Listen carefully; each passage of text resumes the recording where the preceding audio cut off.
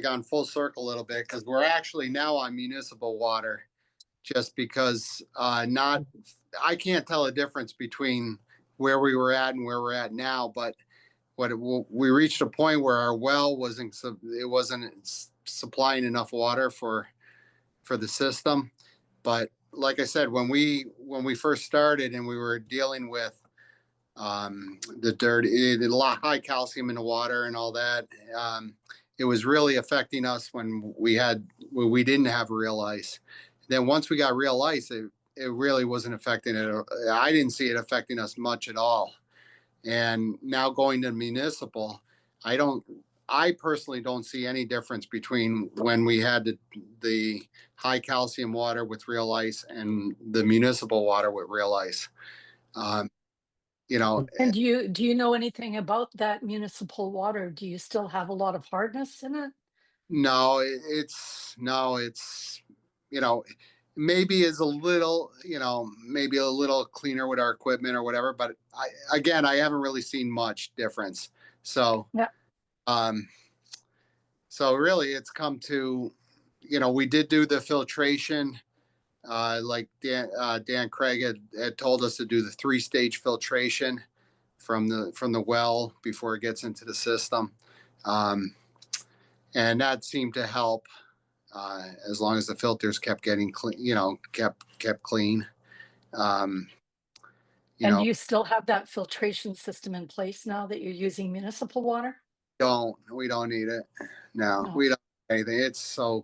Everything is so clean. Our tanks are clean. Everything is just super clean right now. Uh, but again, they really weren't bad once we started using the REALice. For 5 straight years, we didn't have any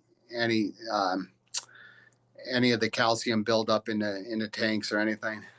Whether it's dirty water or clean water, to me, it doesn't even matter. Maintain the ice the way it needs to be maintained.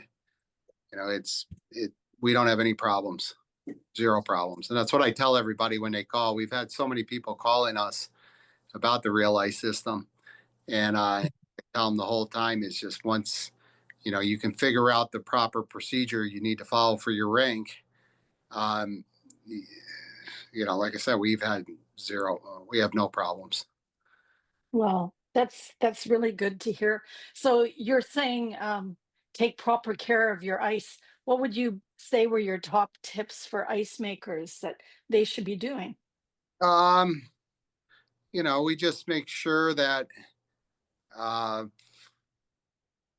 again, it's experience is important to know what you need to do with your ice when you need to do it.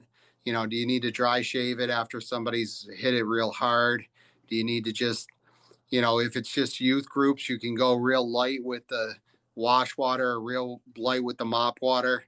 Uh, it's mostly experience, and you can save an awful lot of money by not using a lot of water on this ice too. And that's another objective is if sometimes we'll run full wash water and mop water. Sometimes we'll run, full wash water and half mop water. It just all depends.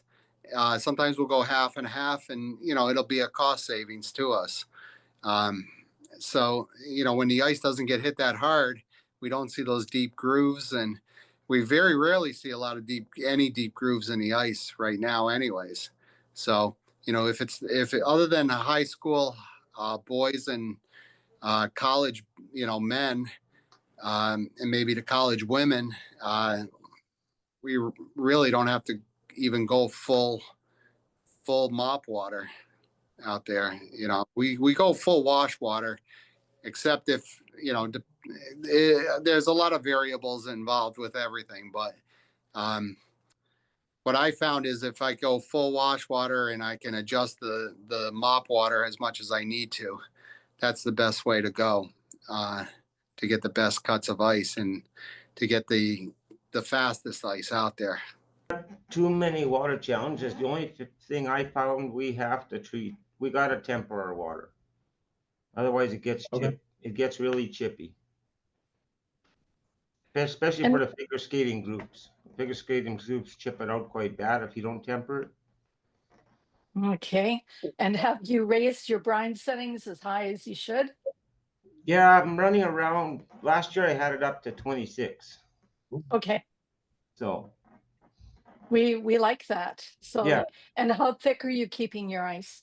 right on 1.25 inches. Really nice. Yeah. I guess we have no complaints. You have anything to say about that, Steve? What's your humidity at in your rink? I run about 40 to 45. See, we're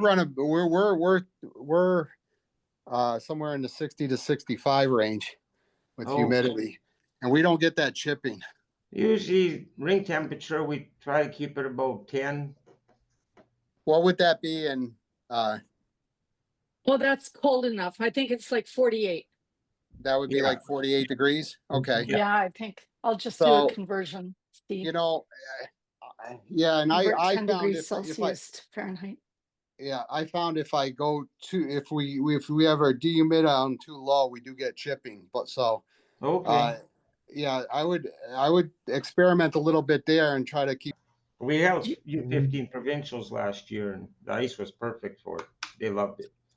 Basically, we can hold our slab. The compressors hardly run now. And that's what we love to Like hear. our runtime hours are down to nothing. I think last year at the end of the season, I was running around 5-hour runtime in 24.